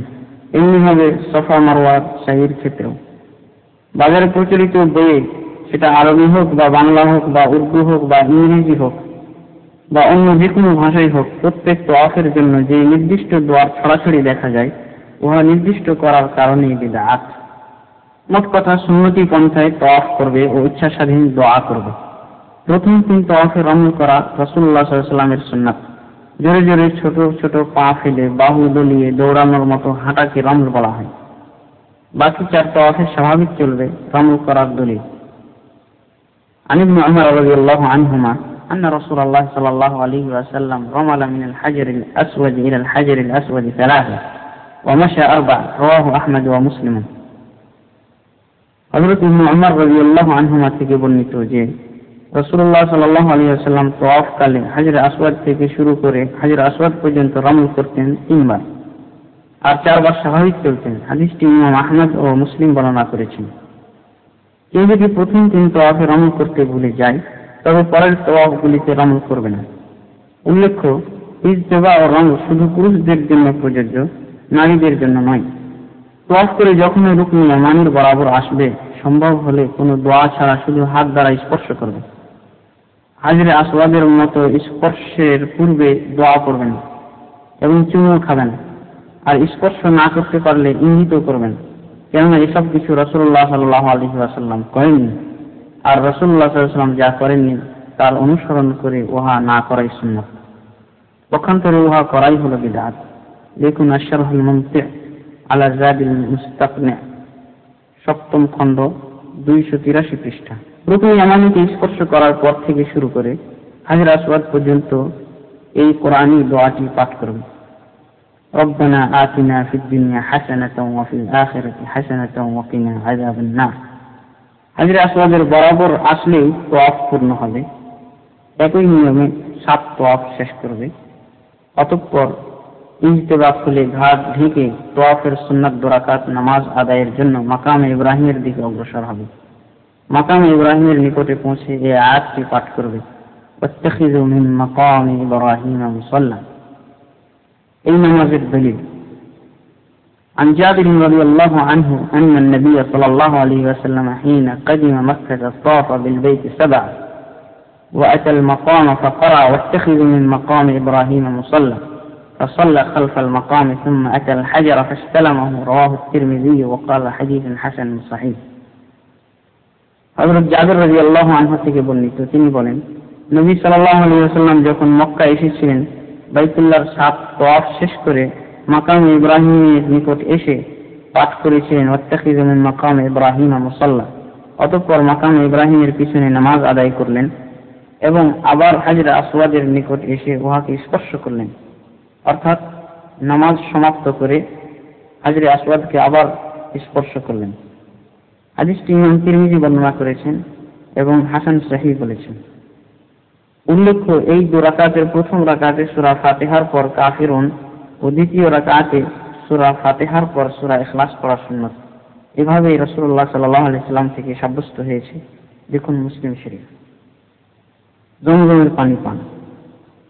তওয়াফ ও নামাজ শেষ করে সুযোগ পেলে আবার হাজরে আসওয়াদকে স্পর্শ করে সাফা মারওয়া সাই করার পূর্বে ইচ্ছা করলে বা প্রয়োজন পড়লে জমজমের পানি পান করবে। ইহা যখন মন চাই তখনই পান করা যায়। এই পানি পান করা হজ্জের কোনো অংশ নয় বা হজ্জের ফরজ ও সুন্নতের অন্তর্ভুক্ত নয়, বরং উহা এক বরকতময় অনেক উপকারী পানি। এই পানি পান করা রাসূলুল্লাহ সাল্লাল্লাহু আলাইহি ওয়াসাল্লামের সাধারণ সুন্নাত। জমজমের পানি পান করার দোয়া। যেহেতু হাদিস থেকে জানা যায় যে জমজমের পানি যে উদ্দেশ্যে পান করবে তার সেই উদ্দেশ্যে পূরণ হবে, তাই প্রত্যেকে পান করার পর আপন আপন উদ্দেশ্য নিজের ভাষায় আল্লাহর নিকট তুলে ধরবে। ইচ্ছা করলে ইবনে আব্বাস রাদিয়াল্লাহু আনহুমা যেই দোয়া পাঠ করতেন সেই দোয়াটি পাঠ করতে পারে। আল্লাহুম্মা ইন্নী আসআলুকা ইলমান নাফিআ ওয়া রিজকান ওয়াসিআ ওয়া শিফাআন মিন কুল্লি দা। অর্থাৎ, হে আল্লাহ, আমি তোমার নিকট উপকারী ইলম চাই, প্রশস্ত রিজিক চাই এবং প্রত্যেক রোগ থেকে আরোগ্য চাই। দেখো সুন্নাহ, প্রথম খণ্ড 597 পৃষ্ঠা। সাফা মারওয়া সাই। তওয়াফ শেষ করে নামাজের পর বা জমজমের পানি পান করার পর আবার আল্লাহু আকবার বলে হাজরে আসওয়াদকে স্পর্শ, চুমু বা ইঙ্গিত করে সাইয়ের জন্য সাফা পাহাড়ের দিকে অগ্রসর হবে। অতঃপর নিম্নে বর্ণিত নিয়ম অনুযায়ী সাই করতে থাকবে। সাফা মারওয়া সাই করা হজ ওমরার রুকন, কাজেই যে উহা বাদ দিবে তার হজ ওমরা হবে না। عن عائشة رضي الله عنها قالت طاف رسول الله صلى الله عليه وسلم وطاف المسلمون بين الصفا والمروة فكانت سنة ولعمري ما أتم الله حج من لم يطف بين الصفا والمروة. وفي رواية قالت: وقد سن رسول الله صلى الله عليه وسلم الطواف بينهما فليس لأحد أن يترك الطواف بينهما. رواه مسلم. হযরত আয়েশা রাদিয়াল্লাহু আনহা থেকে বর্ণিত, তিনি বলেন, রাসূলুল্লাহ সাল্লাল্লাহু আলাইহি ওয়াসাল্লাম সাফা মারওয়ায় সাই করেছেন এবং মুসলমানগণ উহার সাই করেছেন, ফলে উহা বিধিবদ্ধ হয়ে গিয়েছে। কসম করে বলছি, যে ব্যক্তি উক্ত পাহাড় দ্বয়ের মাঝে সাই করবে না, তার হজ আল্লাহ পূর্ণ করবেন না। অন্য বর্ণনায় এসেছে, তিনি বলেন, রাসূলুল্লাহ সাল্লাল্লাহু আলাইহি ওয়াসাল্লাম উহা দ্বয়ের মাঝে তওয়াফ অর্থাৎ সাই করার প্রচলন ঘটিয়েছেন। অতএব উহা দ্বয়ের তওয়াফ পরিত্যাগ করার কোন হাজির অধিকার নেই। ফিকহুস সুন্নাহ প্রথম খণ্ড 600 পৃষ্ঠা। অন্য হাদিসে এসেছে, রাসূলুল্লাহ সাল্লাল্লাহু আলাইহি ওয়াসাল্লাম বলেছেন, ইসআউ فإن الله كتب عليكم السعي. رواه الشافعي وأحمد وابن ماجه. তোমরা সাই করো, কেননা আল্লাহ তোমাদের উপর সাইকে ফরজ করে দিয়েছেন। হাদিসটি বর্ণনা করেছেন ইমাম শাফিঈ, আহমদ ও ইবনে মাজাহ। সাই করার নিয়ম: সর্বপ্রথম সাফা পাহাড়ের নিকট যাবে এবং সেখানে পৌঁছে সূরা বাকারার 158 নম্বর আয়াতটি পাঠ করবে। ইন্নাস সাফা ওয়াল মারওয়াতা মিন শাআইরিল্লাহ فمن حج البيت أو اعتمر فلا جناح عليه أن يطوف بهما ومن تطوع خيرا فإن الله شاكر عليم. এই আয়াত পাঠ করার পর সম্ভব হলে সাফা পাহাড়ে উঠবে। উঠে কাবা গৃহের দিকে তাকিয়ে বা কাবামুখী হয়ে আল্লাহর মহানত্ব বর্ণনাকারী ও তাওহীদের দোয়াগুলি পড়বে। যেমন বলবে, লা ইলাহা ইল্লাল্লাহু আল্লাহু আকবার, لا إله إلا الله وحده لا شريك له له الملك وله الحمد يحيي ويميت وهو على كل شيء قدير. لا إله إلا الله وحده لا شريك له أنجز وعده ونصر عبده وهزم الأحزاب وحده. অতঃপর নিজের মুখস্থ দোয়া বা নিজের বিভিন্ন চাওয়া পাওয়া প্রয়োজন পূরণের জন্য আল্লাহর নিকট প্রার্থনা করবে। এই সকল দোয়া 3 বার করে দোহরায়ে পাঠ করা সুন্নাত। অতঃপর সাফা থেকে মারওয়ার দিকে গমন করবে। সাফা থেকে নেমে কিছু দূর যেতেই উপরে ও ডানে বামে নীল বাতি বরাবর পৌঁছার সাথে সাথে সুযোগ পাওয়া গেলে দৌড়ানোর মতো দ্রুত গতিতে চলতে থাকবে। পরবর্তী নীল বাতির নিকট এসে চলার গতি স্বাভাবিক করবে। এর মাঝে মারওয়া পর্যন্ত পৌঁছতে যেই পথ অতিক্রম করবে, প্রত্যেকেই নিজের ইচ্ছা স্বাধীন দোয়া ও জিকির আজকার করবে। কোন সাইয়ের জন্য নির্দিষ্ট কোনো দোয়া নেই। প্রচলিত বইয়ে যে নির্দিষ্ট দোয়ার ছড়াছড়ি দেখা যায় বা মানুষকে পাঠ করতে শোনা যায়, উহা নিজেদের রচিত নিয়ম। কোন ক্ষেত্রে উহা পাঠ করার নির্দেশ ও নিয়ম থাকলেও বিভিন্ন সাই বা তওয়াফের সাথে উহাকে নির্দিষ্ট করার কারণে বিদআত বলে গণ্য। মারওয়া পাহাড়ে পৌঁছার পর ঠিক ওই কাজগুলি করবে যে কাজগুলি সাফাতে করেছিল, শুধু আয়াতটি পাঠ করবে না। আবার সাফা পৌঁছার পূর্বে নীল বাতির মাঝামাঝি জায়গায় দ্রুত পদে চলবে। এভাবে 7 চক্কর পূর্ণ করবে। সাইয়ের উপরোক্ত নিয়ম মুসলিম শরীফে হযরত জাবির রাদিয়াল্লাহু আনহু বর্ণিত হাদিস থেকে গৃহীত হয়েছে। প্রকাশ থাকে যে সাফা থেকে মারওয়া পর্যন্ত যাওয়াকে 1 চক্কর এবং মারওয়া থেকে আবার সাফা আসাকে 1 চক্কর বলা হয়, অর্থাৎ যাওয়া আসাকে 2 চক্কর হয়। এই নিয়মে 7ম চক্কর পূর্ণ হবে মারওয়া পাহাড়ে। এবার সাই শেষ করে উমরা পালনকারী ও তামাত্তু হজ পালনকারীগণ মাথার চুল মুন্ডিয়ে বা কেটে ইহরাম ভেঙে হালাল হয়ে যাবে। মহিলাগণ শুধু চুলের অগ্রভাগ থেকে অর্ধাঙ্গুলি বা তার চেয়ে কম পরিমাণ কাটবে। চুল কাটার পর হালাল হওয়ার মাধ্যমে উমরা সম্পূর্ণ হবে। এবার হজ অংশ। হজের সময়সীমা: উমরা যেমন বছরের যে কোনো মাসে পালন করা যায়, হজ তেমন করা যায় না। হজের জন্য আল্লাহ তাবারক ওয়া তাআলা নির্দিষ্ট সময় নির্ধারণ করে দিয়েছেন। এই নির্ধারিত সময়ের ভিতর ছাড়া হজের কোনো একটি কাজও করা সহিহ হবে না। আল্লাহ বলেন, আল হজ্জু আশহুরুম মা'লুমাত, হজের জন্য নির্দিষ্ট কয়েকটি মাস রয়েছে। সকলের ঐক্যমতে এই নির্দিষ্ট কয়েকটি মাস হলো শাওয়াল, যুলকাদা ও যুলহিজ্জা। হজের প্রকারভেদ: হজ 3 প্রকার: তামাত্তু, কিরান ও ইফরাদ। তামাত্তু হজ: তামাত্তু শব্দের শাব্দিক অর্থ হলো উপকৃত হওয়া, আর হজের ক্ষেত্রে তামাত্তু অর্থ হজের মাসে উমরা পালন করে ওই বছরে হজের মাসগুলির ভিতরেই হজ পালন করা। এই ক্ষেত্রে তার উমরা হজের প্রথম অংশ বলে গণ্য হবে। তামাত্তু হজ সম্পাদনের পদ্ধতি: মনে মনে হজ্জের উদ্দেশ্য থাকলেও মিকাত থেকে শুধু উমরার ইহরাম বেঁধে সেই অনুযায়ী লাব্বাইক উমরাতান বা লাব্বাইক বিউমরাতিন বলে তালবিয়া পাঠ করতে করতে মক্কায় আসবে। মক্কায় এসে বাইতুল্লাহর 7 তওয়াফ, মাকাম ইব্রাহিমের 2 রাকাত নামাজ আদায়, সাফা মারওয়ার 7 সাই পালন করে চুল মুন্ডিয়ে বা ছোট করে হালাল হয়ে যাবে।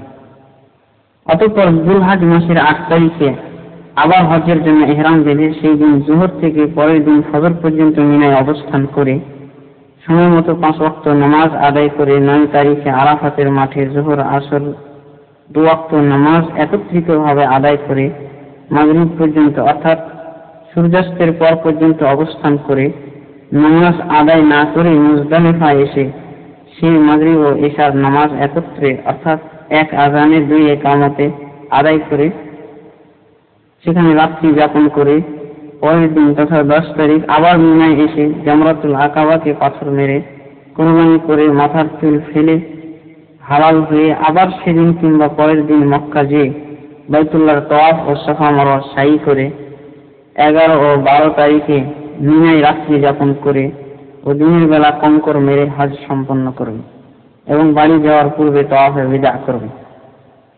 এই হজকে এই জন্য তামাত্তু বা উপকারী হজ বলা হয় যে হজ্জের মাসে ভিন্ন ভিন্ন ভাবে উমরাহ ও হজ করতে পারা যায়।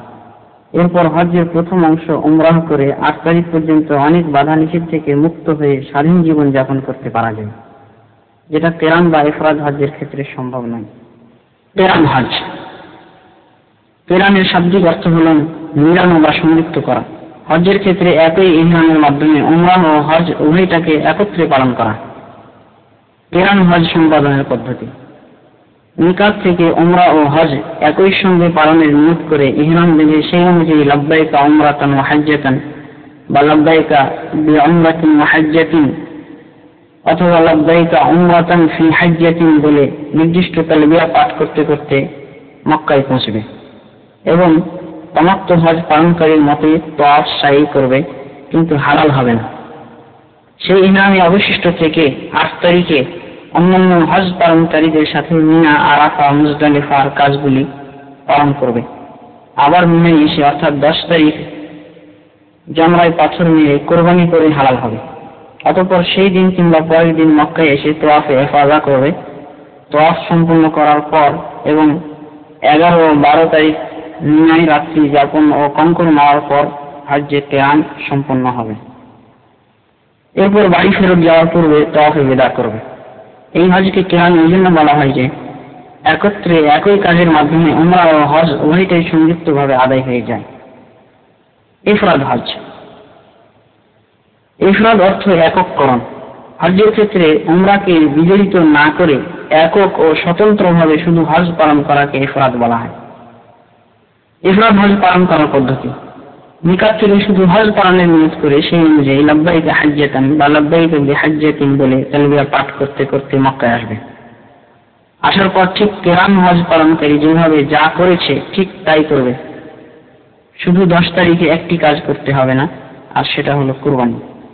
হজ্জের কার্যাদির তালিকা: প্রথমত আরকানুল হজ, হজ্জের ওই সমস্ত জরুরি কাজ যার একটি ছুটে গেলে হজ সহি হয় না, যেগুলিকে আরকানুল হজ বলা হয়, আর উহা 4টি: 1 ইহরাম বাঁধা, 2 আরাফাতে অবস্থান বা ওকুফে আরাফা করা, 3 তওয়াফে ইফাদা বা তওয়াফ করা, 4 সাফা মারওয়া সাই করা।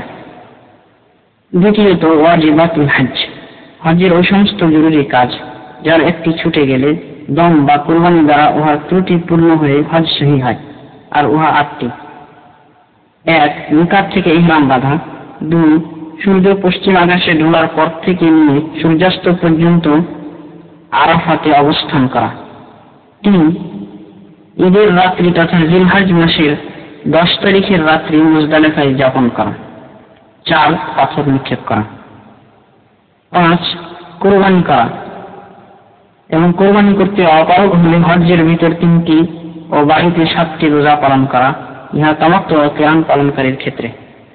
6 মাথার চুল মুন্ডানো বা কাটা, 7 11 ও 12 তারিখের রাত্রি মিনায় যাপন করা, 8 ঋতুবতী ও গর্ভপাতোত্তর স্রাব বিশিষ্ট নারী ব্যতীত অন্যান্যদের জন্য তওয়াফে বিদা করা, উপরোক্ত কাজগুলি ছাড়া অবশিষ্ট সমস্ত কাজ সুন্নাত ও মুস্তাহাব। হজ পালনের বিস্তারিত বিবরণ। ইহরাম। জিলহজ মাসের 8 তারিখের দিন সকালবেলা তামাত্তু পালনকারীগণ তাদের নিজ নিজ অবস্থান স্থল থেকে পূর্বে বলে আসা নিয়ম অনুযায়ী ইহরাম বেঁধে ফেলবে। ইহরাম বাঁধার জন্য মসজিদুল হারাম বা অন্য কোনো মসজিদে যেতে হবে না এবং উহা কোনো সুন্নাত ও মুস্তাহাবও নয়। মুসলিম শরীফে এসেছে, বিদায় হজ্জের সময় সাহাবাগণ আবতাহ নামক স্থানে অবস্থান নিয়েছিলেন এবং 8 তারিখে ওই আবতাহ থেকে ইহরাম বেঁধেছিলেন। আর কিরান ও ইফরাদ পালনকারী তার পূর্বের ইহরামে প্রস্তুত হয়ে যাবে। এরপর সকলেই তালবিয়া পাঠ করতে করতে মিনার দিকে রওনা করবে। এই তালবিয়া পাঠ সর্বাবস্থায় যথারীতি বহাল রাখবে 10 তারিখে জামরাতুল আকাবাকে পাথর মারা পর্যন্ত। আজকের তালবিয়ার প্রথমে সকলেই বলবে লাব্বাইকা হাজ্জান। এরপর পুরো তালবিয়া পাঠ করতে থাকবে। ইচ্ছা করলে বা হজ পালন করতে বাধাগ্রস্ত হওয়ার আশঙ্কা থাকলে পূর্বে যে শর্তের কথা বলা হয়েছে ওই শর্ত করবে। তালবিয়া পাঠ করতে করতে সকলেই মিনায় এসে পৌঁছবে। মিনায় করণীয়। মিনায় এসে হজ পালনকারীগণ 5 ওয়াক্ত নামাজ তথা জোহর, আসর, মাগরিব, ইশা ও ফজরের নামাজ সময় মতো জামাতবদ্ধভাবে কসর করে আদায় করবে। কসরের ক্ষেত্রে এখানে মিনা ও মক্কার হজ পালনকারীগণ সবাই সমান, কারণ বিদায় হজ্জে রাসূলুল্লাহ সাল্লাল্লাহু আলাইহি ওয়াসাল্লাম মিনায় মক্কাবাসী সহ সকলকে নিয়ে 4 রাকাত বিশিষ্ট নামাজগুলিকে কসর করে আদায় করেছিলেন এবং তাদের কাউকেও পূর্ণ করে করতে বলেননি, যেমন ফাতহে মক্কার সময় বলেছিলেন। কিন্তু কসর করলেও কোনো 2 ওয়াক্ত নামাজকে জমা করে আদায় করেননি, বরং প্রত্যেক ওয়াক্তের নামাজ প্রথম ওয়াক্তেই আদায় করেছেন। মানাসিক ইবনে উসাইমিন 55 পৃষ্ঠা। এই মর্মে একটি হাদিস দেখুন। عن جابر رضي الله عنه قال: فلما كان يوم التربية توجهوا إلى منى فأهلوا بالحج وركب النبي صلى الله عليه وسلم فصلى بها الظهر والعصر والمغرب والعشاء والفجر رواه مسلم। হযরত জাবের থেকে বর্ণিত, তিনি বলেন, যখন তারবিয়ার দিন অর্থাৎ 8ই জিলহজ উপস্থিত হলো, সকলে মিনার অভিমুখে যাত্রার জন্য হজ্জের ইহরাম বেঁধে নিল। অতঃপর যাত্রা শুরু করলো। নবী সাল্লাল্লাহু আলাইহি ওয়াসাল্লাম তার বাহনে চড়ে মিনায় গেলেন। অতঃপর সেখানে জোহর, আসর, মাগরিব, ইশা ও ফজরের নামাজ আদায় করেছিলেন। মুসলিম। ইমাম বুখারী ইবনে উমর রাদিয়াল্লাহু আনহুমা থেকে বর্ণনা করেছেন যে সাল্লাল্লাহু রাসূলুল্লাহ সাল্লাল্লাহু আলাইহি ওয়াসাল্লাম বিমিনান রাকাতাইন ওয়া আবু বকর ওয়া উমর ওয়া উসমান সাদরা মিন খিলাফতিহি ওয়া লাম ইয়াকুন ইয়াজমা ফি মিনান বাইনা الصلاتين في الظهر والعصر والمغرب والعشاء رواه البخاري। রাসূলুল্লাহ সাল্লাল্লাহু আলাইহি ওয়াসাল্লাম মিনায় 4 রাকাত বিশিষ্ট নামাজগুলি 2 রাকাত করে পড়তেন এবং আবু বকর, উমর ও উসমানও তার খেলাফতের প্রথম দিকে। নবী সাল্লাল্লাহু আলাইহি ওয়াসাল্লাম মিনাতে 2 নামাজের তথা জোহর, আসর, মাগরিব ও ইশার মাঝে জমা করতেন না। ফজরের নামাজ আদায় করার পর আরাফায় যাওয়ার প্রস্তুতি নিয়ে শুরু করবে। সূর্য ওঠার পর তালবিয়া পাঠ করতে করতে আরাফার অভিমুখে যাত্রা করবে। তালবিয়ার মাঝে মধ্যে তাকবীরও পাঠ করবে, কেননা রাসূলুল্লাহ সাল্লাল্লাহু আলাইহি ওয়াসাল্লাম ও সাহাবাগণ উভয়টাই পাঠ করতে করতে যেতেন, যেমনটি বুখারী মুসলিমে পাওয়া যায়। মানাসিক আলবানী 29 পৃষ্ঠা। আরাফায় যা করেন না। আরাফার নিকটে পৌঁছার পর সুন্নাত হলো আরাফার সীমানার বাইরে নামেরাহ নামক স্থানে বসে সূর্য ঢোলার অপেক্ষা করবে। সূর্য ঢলে যাওয়ার পর খুতবা শোনার পর 1 আযানে 2 ইকামতে জামাতবদ্ধভাবে যোহরের প্রথম ওয়াক্তে যোহর ও আসর উভয় ওয়াক্তের নামাজ পরপর জমা ও কসর করে আদায় করবে। এই 2 ওয়াক্ত নামাজের মাঝে কোনো সুন্নাত নফল নামাজ পড়বে না, কারণ রাসূলুল্লাহ সাল্লাল্লাহু আলাইহি ওয়াসাল্লাম পড়েননি। অতঃপর আরাফাতের মাঠে নেমে মহান আল্লাহর সমীপে নিয়ম্র ও বিনয়ীভাবে নিজেকে সঠিকভাবে সমর্পণ করে দোয়া ও প্রার্থনায় মশগুল হয়ে যাবে। উল্লেখ্য, জোহর আসর একত্রিত করে পড়ে নেওয়ার কারণেই হল দোয়ার জন্য অবসর গ্রহণ করা। অতএব যে ব্যক্তি এই অবসরকে গুরুত্ব সহ কাজে না লাগাবে, তার নিকট এই জমা ও কসর অনর্থক। এই স্থানে মন উজাড় করে ইহকাল ও পরকালের সার্বিক শান্তি, সমৃদ্ধি, মুক্তি ও কল্যাণ কামনা করবে। জীবনের বৈধ সকল চাওয়া পাওয়ার জন্য অন্তর খুলে প্রার্থনা করবে। আরবি দোয়া জানা না থাকলে নিজের মাতৃভাষায় নিজের যাবতীয় আবেদন নিবেদন পেশ করবে। আল্লাহ সবার ভাষা সমানভাবে বোঝেন। আরাফাতের ফজিলত।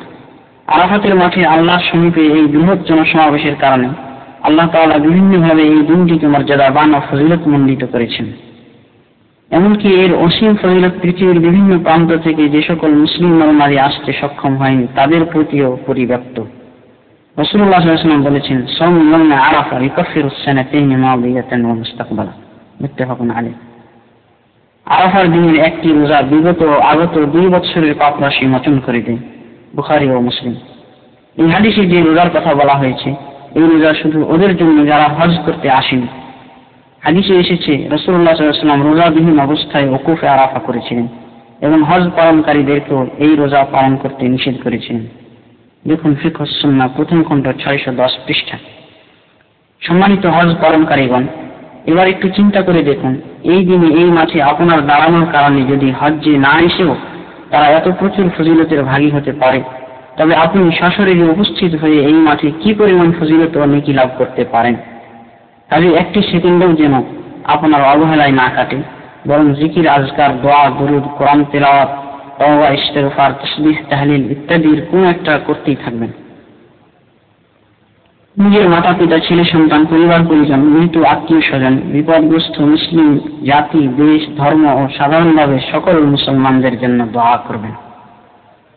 এই দিন বান্দাগণ আল্লাহর দরবারে ভিড় জমানোর কারণে এবং তার নিকট বিনীতভাবে লুটিয়ে পড়ার কারণে তাদেরকে নিয়ে ফেরেশতাদের নিকট গৌরব ও অহংকার করেন। এই জন্যই শয়তানকে সেদিন দারুণভাবে বঞ্চিত, লাঞ্ছিত, অপমানিত ও বিতাড়িত দেখা যায়।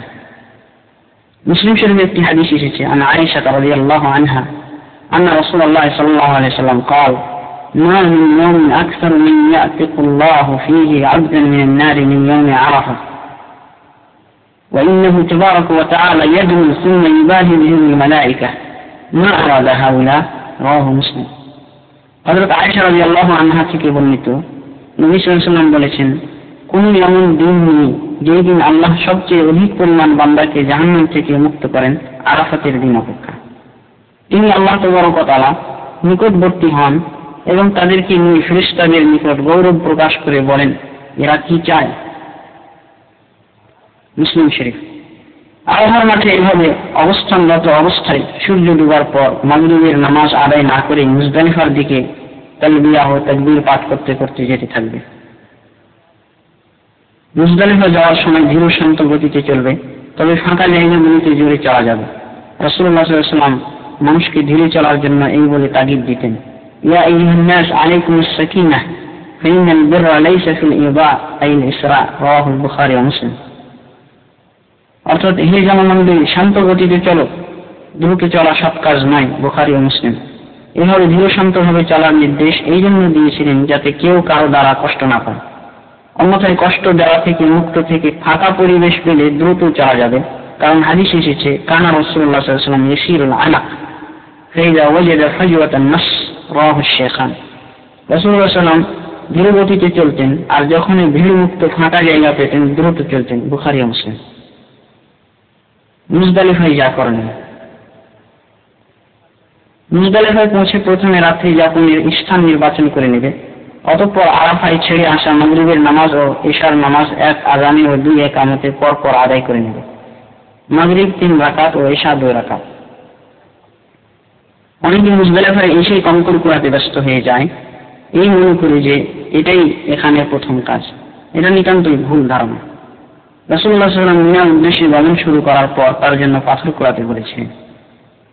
প্রকৃতপক্ষে এখানে প্রথম কাজ হলো মাগরিব ও ইশার নামাজ আদায় করে খানা পানি খেয়ে ঘুমানো।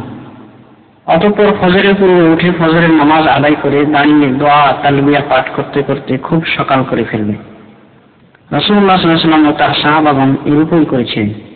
عن جابر رضي الله عنه أن النبي صلى الله عليه وسلم أتى المزدلفة فصلى بها المغرب والعشاء بأذان واحد وإقامتين ولم يسبح بينهما شيئا ثم اضطجع حتى طلع الفجر فصلى الفجر ثم رتب القصوى حتى أتى المشعر الحرام فاستقبل القبلة فدعاه وكبره وهلله ووحده فلم يزل واقفا حتى أسفر الفجر جدا ودفع قبل أن تطلع الشمس، رواه مسلم وغيره।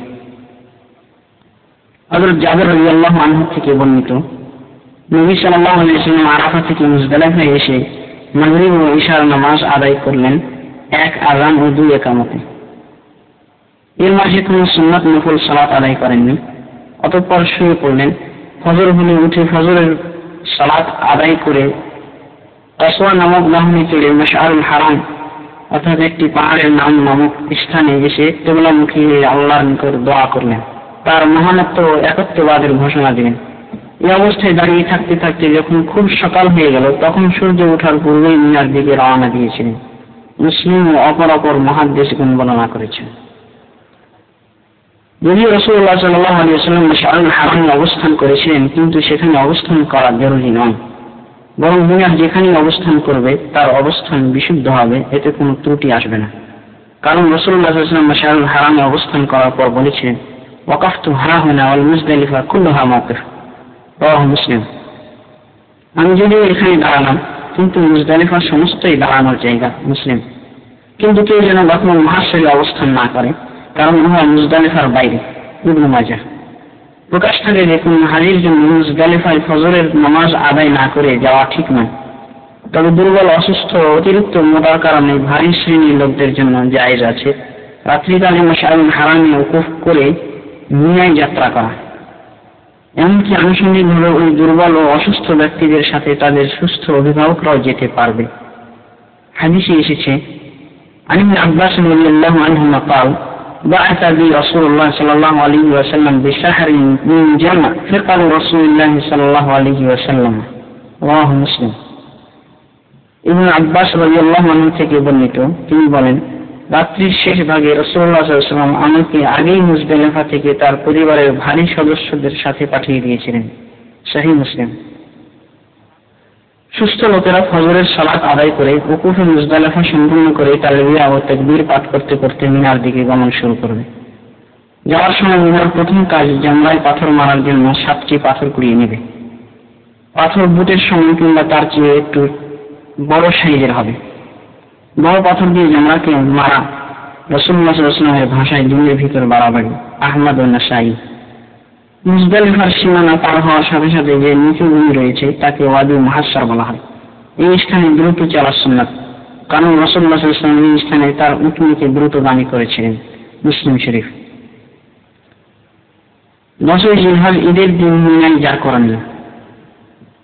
মিনায় পৌঁছার পর অর্থাৎ মুজদালিফা থেকে মিনায় পৌঁছার পর ধারাবাহিকভাবে 10 তারিখের কাজগুলি পালন করার চেষ্টা করবে। প্রথম জামরায় পাথর মারবে, তারপর কোরবানি ওয়াজিব থাকলে কোরবানি করবে, অতঃপর চুলমুন দিয়ে কিংবা ছোট করে হালাল হবে, ইহাকে প্রথম হালাল হওয়া বলা হয়। অতঃপর মক্কায় গিয়ে তোয়াফে ইফাদা করে এবং তামাত্তুকারী হলে সাফা মারওয়া সাই করে পূর্ণ হালাল হবে। জামরাতুল আকাবাকে পাথর মারার নিয়ম। জামরাতুল আকাবা, যাকে জামরাহ কুবরা বলা হয়, ওই জামরাটিকে বলা হয় যেটি মক্কার দিকে এবং মিনার শেষ প্রান্তে অবস্থিত। 10ই জিলহজ অর্থাৎ ঈদের দিন সর্বপ্রথম কাজ হলো সূর্য ওঠার পর তালবিয়া ও তাকবীর পাঠ করতে করতে যে শুধু জামরাতুল কুবরাকে 7টি পাথর মারবে। পাথর মারার পূর্বে তালবিয়া বন্ধ করবে। যেহেতু এই পাথর মারা ইবাদত, এই জন্য আদবের সাথে আল্লাহর জন্য বিনীতভাবে পাথর মারবে। প্রতিটি পাথর ছোঁড়ার সময় আল্লাহু আকবার বলবে। মুসলিম শরীফ। পাথর মারার সময় কোন রূপ চিল্লা চেঁচা করবে না বা গালিগালাজ করবে না। জামরায় পাথর মারাটাও আল্লাহর আনুগত্যের চিহ্ন বা প্রতীক, কাজে সম্মানজনকভাবে আদায় করবে। জুতা, স্যান্ডেল, ছাতা ইত্যাদি মারবে না। আল্লাহ বলেন, ওমান ইউআযিম শাআইরাল্লাহি ফাইন্নাহা মিন তাকওয়াল কুলুব।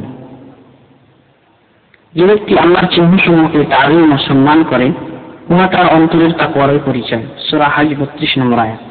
হাদিসে এসেছে, عن النبي صلى الله عليه وسلم قال إنما جعل الطواف بالبيت وبالصفا والمروة ورمي الجمار لإقامة ذكر الله.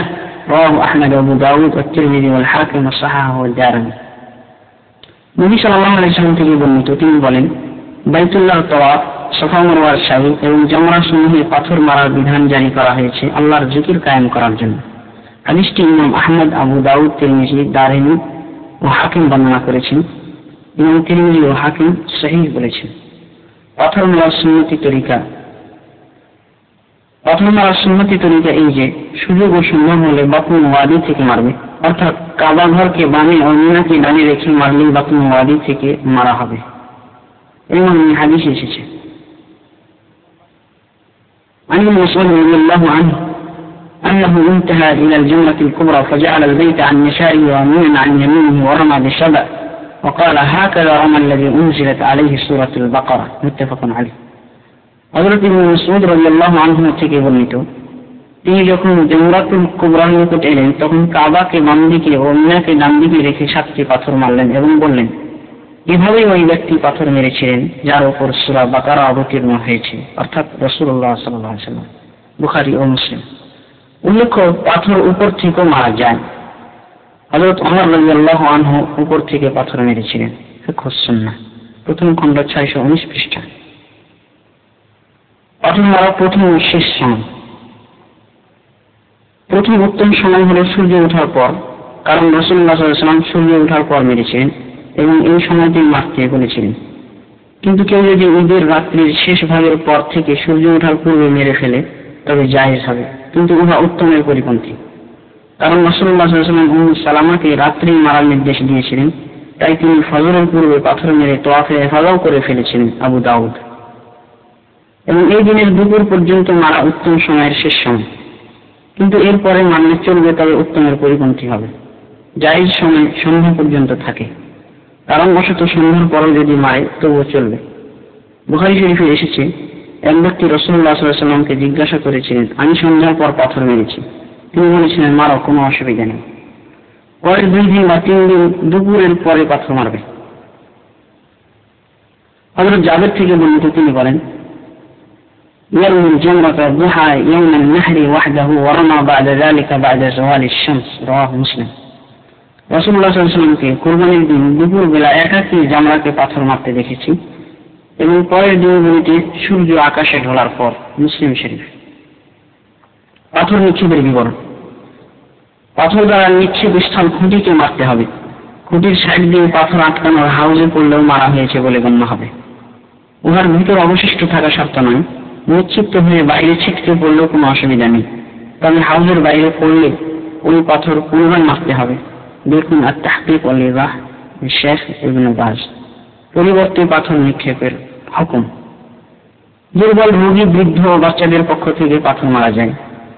عن جابر رضي الله عنه قال حججنا مع رسول الله صلى الله عليه وسلم ومعنا النساء والصبيان فلبينا عن الصبيان ورمينا عنهم رواه ابن ماجه।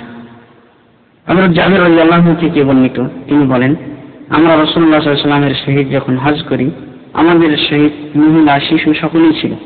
আমরা শিশুদের পক্ষ থেকে তালবিয়া পাঠ করেছিলাম এবং পাথর মেরেছিলাম। ইবনে মাজাহ। কুরবানি করা ও মাথার চুল মুন্ডানো বা খাটো করার নিয়ম। পাথর মারার পর যারা ইফরাদ হজ করেছেন তারা মাথার চুল মুন্ডিয়ে বা ছোট করে হালাল হবেন, আর যারা তামাত্তু বা কিরান পালনকারী তারা কুরবানি করে হালাল হবেন। কিন্তু যদি নগদের নিয়ম অনুযায়ী কুরবানির টাকা জমা দিয়ে থাকেন তবে পাথর মেরে সরাসরি মাথার চুল মুন্ডিয়ে বা খাটো করে হালাল হয়ে যাবেন। পুরো মাথার চুল বরাবরভাবে সমান করে কাটতে হবে। মহিলারা শুধু চুলের অগ্রভাগ থেকে 1 ইঞ্চ পরিমাণ কাটবে। পুরুষদের জন্য চুল মুন্ডানো উত্তম, কারণ রাসূলুল্লাহ সাল্লাল্লাহু আলাইহি ওয়াসাল্লাম যারা মাথা মুন্ডায় তাদের জন্য 3 বার রহমতের দোয়া করেছেন এবং যারা খাটো করে তাদের জন্য 1 বার রহমতের দোয়া করেছেন। বুখারী ও মুসলিম। এই হালালকে তাহাল্লুল আউয়াল বা প্রথম হালাল বলা হয়। এই হালালের মাধ্যমে ইহরামের কারণে হারাম সবই হালাল হবে, শুধু স্বামী স্ত্রীর মাঝে যৌন মিলন হালাল হবে না। এই হালালের পর সুগন্ধি মাখা সুন্নাত। হযরত আয়েশা রাদিয়াল্লাহু আনহা বলেছেন, আমি রাসূলুল্লাহ সাল্লাল্লাহু আলাইহি ওয়াসাল্লামকে সুগন্ধি মাখাতাম ইহরামের পূর্বে এবং হালাল হওয়ার পর তাওয়াফে ইফাদা করার পূর্বে। বুখারী ও মুসলিম। 10 তারিখে যদি কেউ সূর্য ডোবার পূর্বে মক্কা এসে তাওয়াফে ইফাদা করে তবে হালাল অবস্থায় স্বাভাবিক পোশাক পরেই তাওয়াফ করতে পারবে। কিন্তু যদি সূর্য ডুবে যায় আর ইতিপূর্বে ইহরাম খুলে ফেলে তবে আবার ইহরাম বেঁধে পাথর মারার পূর্বে যেসব বিষয় হারাম ছিল তা হারাম জানবে এবং ইহরাম অবস্থায় তাওয়াফে ইফাদা করবে। অতঃপর তাওয়াফ করে হালাল হবে, এর জন্য কোনো দম বা কুরবানি লাগবে না। নবী সাল্লাল্লাহু আলাইহি ওয়াসাল্লাম বলেছেন, إن هذا يوم رخص لكم إذا أنتم رميتم الجمرة أن تحلوا من كل ما حرمتم منه إلا النساء، فإذا أمسيتم قبل أن تطوفوا بهذا البيت صرتم حرما لهيئتكم قبل أن ترموا الجمرة قبل أن تطوفوا به.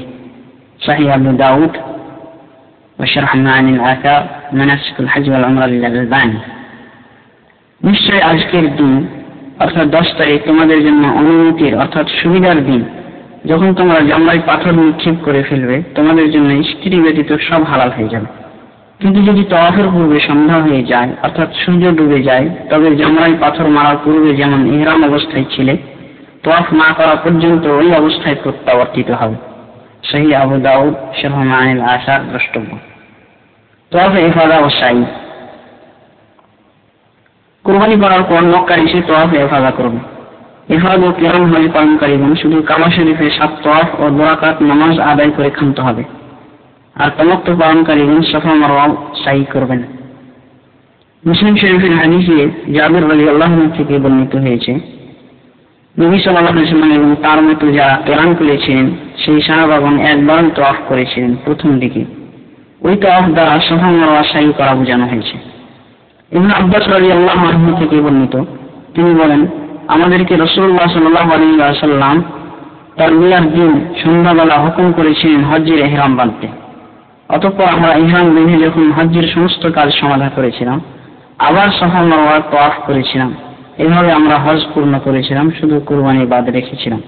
বুখারী মানাসিক ইবনে উসাইমিন 67 পৃষ্ঠা, আর তাহকিক ওয়াল ইজাহ 45 পৃষ্ঠা। প্রকাশ থাকে যে তওয়াফে ইফাদা ও তওয়াফে বিদার সময় ইহরামের কাপড় পরা ইজতিবা ও রামল কিছু নেই, তবে সাফা মারওয়ার নীল বাতির মাঝে দৌড়াবে। ইবনে আব্বাস রাদিয়াল্লাহু আনহু বলেছেন, সাই শেষে মাথার চুল মোড়াতে বা খাটো করতে হবে না। উল্লেখ্য উপরোক্ত কাজগুলি 10 তারিখে বর্ণিত ধারা অর্থাৎ সিরিয়াল অনুযায়ী পালন করার সুন্নাত। যদি উলট পালট হয়ে যায় তাতে কোনো অসুবিধা নেই।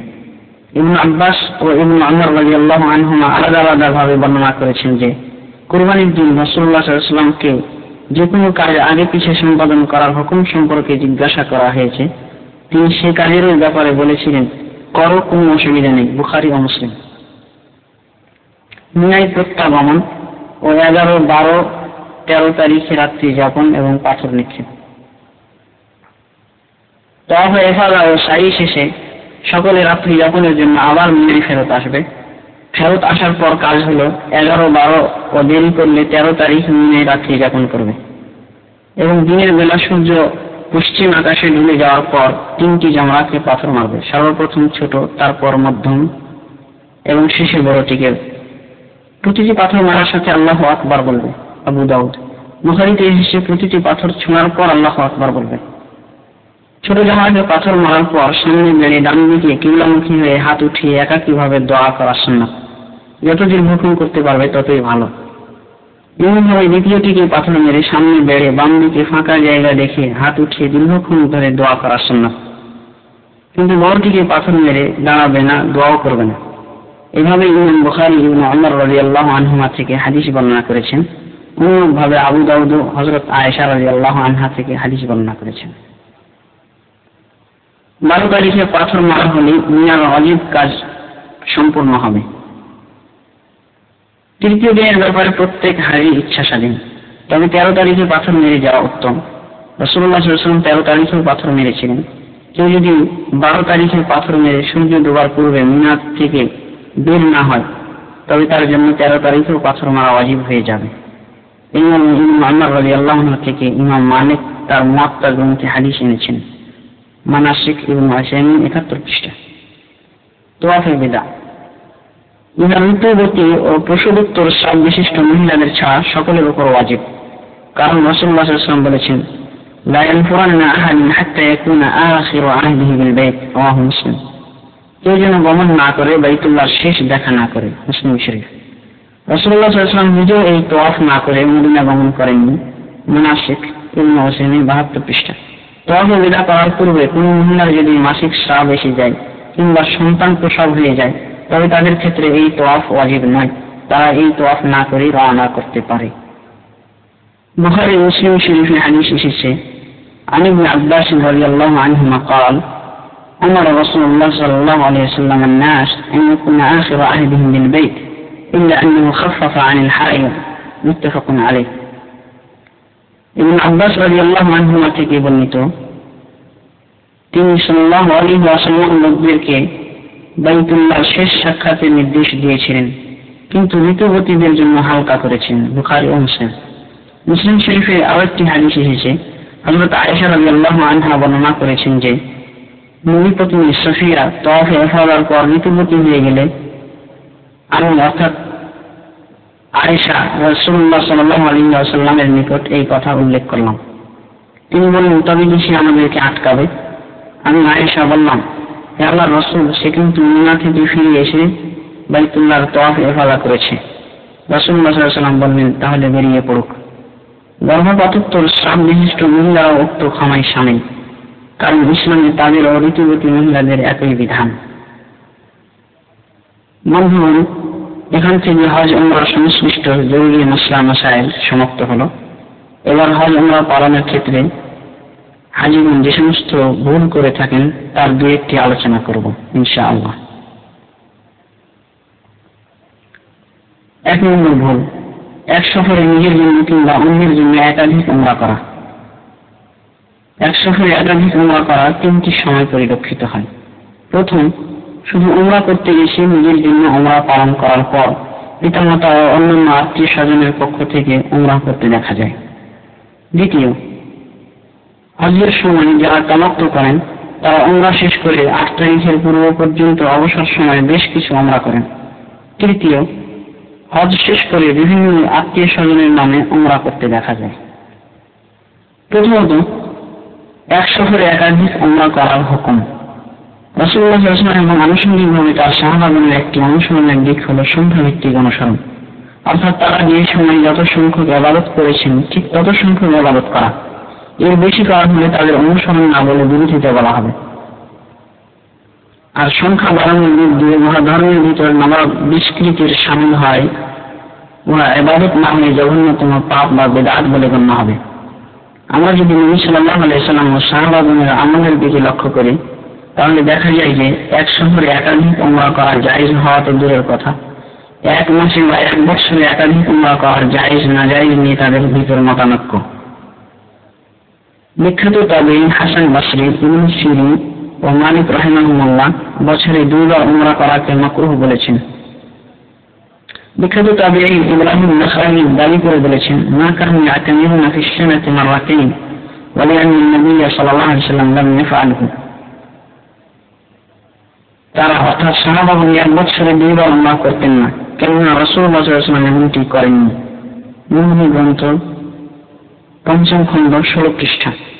উপরোক্ত মতপন্থীগণ অধিকাংশ সাহাবা ও নবী সাল্লাল্লাহু আলাইহি ওয়াসাল্লামের বাস্তব আমলের দিকে লক্ষ্য করে 1 বছরে একাধিক উমরা করা মাকরুহ মনে করেছেন। কিন্তু রাসূলুল্লাহ সাল্লাল্লাহু আলাইহি ওয়াসাল্লাম যদিও বছরে একাধিক উমরা করেননি, কিন্তু তার মৌখিক বাণী থেকে উহার বৈধতার দলিল পাওয়া যায়। قال رسول الله صلى الله عليه وسلم العمرة إلى العمرة كفارة لما بينهما متفق عليه। নবী সাল্লাল্লাহু আলাইহি ওয়াসাল্লাম বলেছেন, এক উমরা থেকে আরেক উমরা পর্যন্ত সংগঠিত পাপসমূহ উমরার ফজিলতে মাফ হয়ে যায়। বুখারী ও মুসলিম। উল্লেখ্য, এই হাদিসে রাসূলুল্লাহ সাল্লাল্লাহু আলাইহি ওয়াসাল্লাম এক উমরা থেকে আরেক উমরার মাঝে সময়ের কোনো ব্যবধান উল্লেখ করেননি।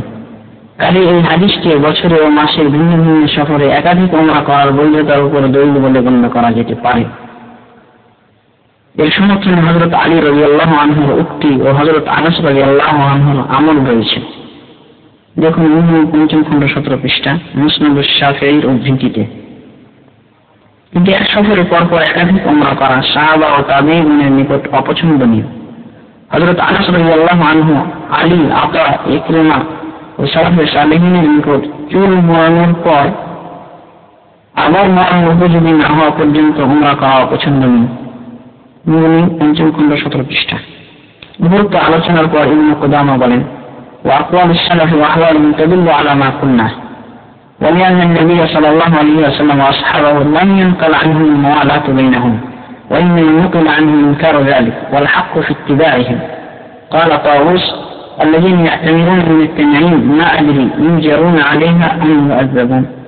وقد اعتمر النبي صلى الله عليه وسلم 4 عمر في 4 سفرات، لم يجد في كل سفرة على عمرة واحدة ولا أحد منهم معه، ولم يبلغنا أن أحدا منهم جمع بين عمرتين في سفر واحد إلا عائشة رضي الله عنها حين حارت فأعمرها من التنعيم لأنها اعتقدت أن عمرة قرانها بطلت ولهذا قالت يا رسول الله يرجع الناس بحج وعمرة وأرجع أنا بحج، فأمرها لذلك ولو كان في هذا فضل لما اتفقوا على تركه। المغني পূর্বসূরীগণ তথা নবী সাল্লাল্লাহু আলাইহি ওয়াসাল্লাম সাহাবা ও তাবিঈগণের কথা ও অবস্থা এটাই প্রমাণ করে যা আমরা কিছুক্ষণ পূর্বে বলেছি, অর্থাৎ এক সফরে একাধিক উমরা করা নিষেধ। কেননা নবী সাল্লাল্লাহু আলাইহি ওয়াসাল্লাম ও সাহাবাদের থেকে পরস্পর দুই উমরা করা চাই নিজের জন্য বা অন্যের জন্য বর্ণিত হয়নি, বরং তাদের থেকে উহার প্রতিবাদ এসেছে, আর তাদের অনুকরণই হলো সত্যের উপর থাকার একমাত্র পন্থা। বিখ্যাত তাবিঈ তাউস বলেছেন, যারা তামিম অর্থাৎ আয়েশা মসজিদ থেকে ইমরান মেঝে উমরার পর উমরা করতে থাকেন, জানি না তারা উম্মের অধিকারী না আযাবের অধিকারী। নবী সাল্লাল্লাহু আলাইহি ওয়াসাল্লাম 4টি উমরা করেছিলেন 4 সফরে, এক সফরে একটি উমরার বেশি করেননি। নবী সাল্লাল্লাহু আলাইহি ওয়াসাল্লাম তার কোন সহচর নয়। সাহাবাদের কেউ এক সফরে 2টি উমরা করেছেন বলে কোন হাদিস আমাদের নিকট পৌঁছেনি, শুধুমাত্র হযরত আয়েশা রাদিয়াল্লাহু আনহা ছাড়া, কারণ তিনি তামাত্তু হজ্জের নিয়তে উমরার ইহরাম নিয়ে এসেছেন, কিন্তু ঋতু আসার কারণে বাধ্য হয়ে নিয়ত পাল্টিয়ে কিরান করায় স্বতন্ত্র উমরা পালন করতে ব্যর্থ হয়েছিলেন। যদিও আনুষঙ্গিকভাবে উমরা পালিত হয়েছিল, কিন্তু তাতে তার মন ভরেনি, তাই ওই পূর্বের নিয়তকৃত উমরা তামিম থেকে পালন করেছিলেন। তার ধারণায় কিরান পালন করার কারণে উমরা বাদ হয়ে গেছে, যার জন্য রাসূলুল্লাহ সাল্লাল্লাহু আলাইহি ওয়াসাল্লামের নিকট এই বলে নিবেদন করেছিলেন, মানুষ হজ উমরা উভয়টাই পালন করে ফেরত যাচ্ছে, আর আমি শুধু হজ পালন করে ফেরত যাব। এই জন্য রাসূলুল্লাহ সাল্লাল্লাহু আলাইহি ওয়াসাল্লাম তাকে তার আত্মতৃপ্তির জন্য তামিম থেকে উমরা পালন করার অনুমতি দিয়েছেন। অন্যথায় এক সফরে একাধিক উমরা পালন যদি লাভজনক বা ফজিলতের কাজ হতো, তাহলে তাদের অর্থাৎ সাহাবাদের সকলের থেকে উহা পরিত্যাগ করার উপরে ঐক্যমত হতে দেখা যেত না। এই আলোচনা দেখুন মুমিন গ্রন্থ 5ম খণ্ড 17 পৃষ্ঠা। আদৌ যদি কোনো মহিলার অবস্থা হযরত আয়েশা রাদিয়াল্লাহু আনহার মতো হয়, তবে সন্তান লাভের জন্য হজ শেষে পরিত্যক্ত উমরা করতে পারে, তবে এর অতিরিক্ত নয়। দেখুন তাহকিক আল মুবাহ, শেখ আব্দুল আজিজ বিন বাজ প্রণীত। দ্বিতীয়ত, হজ্জের জন্য মক্কা এসে তামাত্তু পালনকারীগণ নিজেদের হজ্জের উমরা পালন করে হজ্জের অর্থাৎ 8 তারিখের পূর্বে অবসর সময়ে বিভিন্ন আত্মীয় স্বজনের জন্য অনেক উমরা পালন করেন। ইহা সাধারণ সমাজে প্রচলিত রূঢ় প্রবাদ বাক্য, মাল না পেলে আলকাতরা খাওয়ার মতো ছাড়ার কিছু নেই। ধর্মীয় দৃষ্টিতে ইহা জঘন্যতম বিদআত।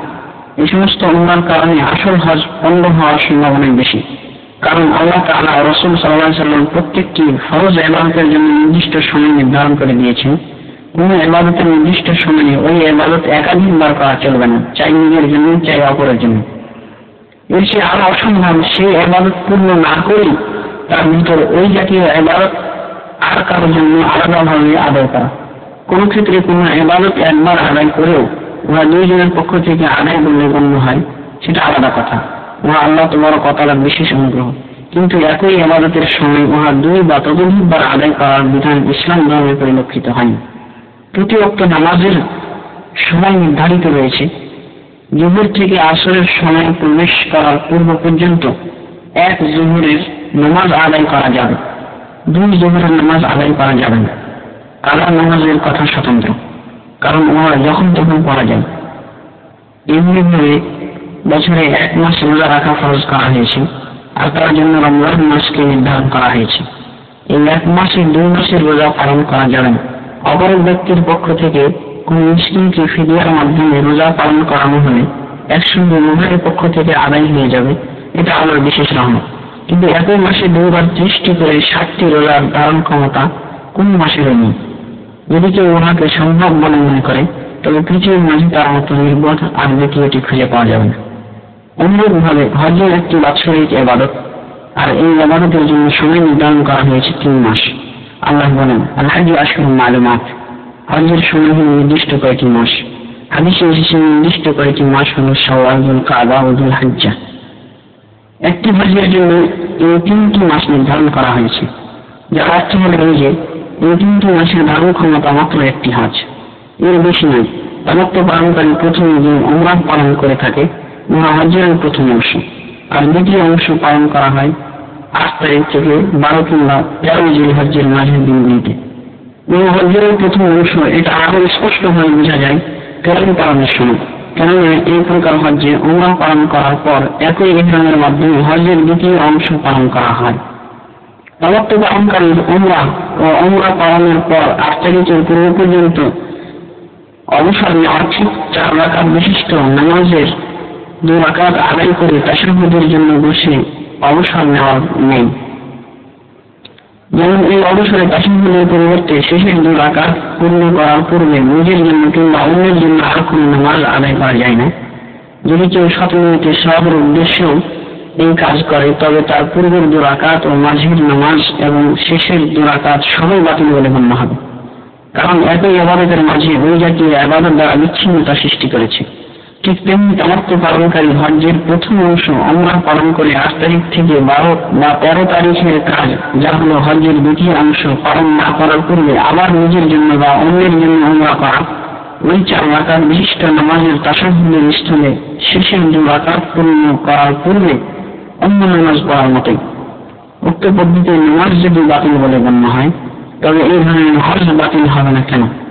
তামাত্তু হজ পালনকারীদের জন্য তাশাহুদে যেমন আত্তাহিয়াত ও দুরূদ পাওয়া যায়, তেমন উমরার পর তাওয়াফ করার অনুমতি রয়েছে।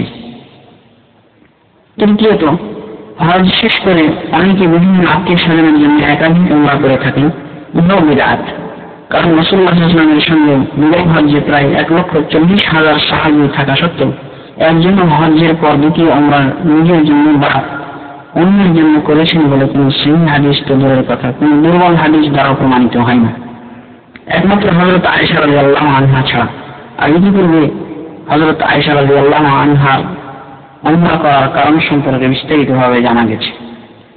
কেউ বলতে পারেন এত সাহাবার মধ্যে কেউ করলে হয়তো সেটা বর্ণিত হয়নি। রাসূলুল্লাহ সাল্লাল্লাহু আলাইহি ওয়াসাল্লামের জীবন দশায় সাহাবাদের ব্যাপারে এমন ধারণা পোষণ করা তাদেরকে অপবাদ দেওয়ার নামান্তর, কারণ তারা একটি ধর্মীয় কাজ বা ইবাদত রাসূলুল্লাহ সাল্লাল্লাহু আলাইহি ওয়াসাল্লাম থেকে প্রবর্তিত না হলে করতেন না। এমনকি তার প্রবর্তিত ইবাদতের ভিতর একটু ব্যতিক্রম ঘটলেও সঙ্গে সঙ্গে রাসূলুল্লাহ সাল্লাল্লাহু আলাইহি ওয়াসাল্লামের নিকট উহা ব্যক্ত করে সমাধান চাইতেন। সম্মতি জানালে খুশি হতেন, অসম্মতি জানালে সঙ্গে সঙ্গে প্রত্যাবর্তন করতেন। এ ব্যাপারে বহু দৃষ্টান্ত হাদিসের গ্রন্থে লিপিবদ্ধ রয়েছে।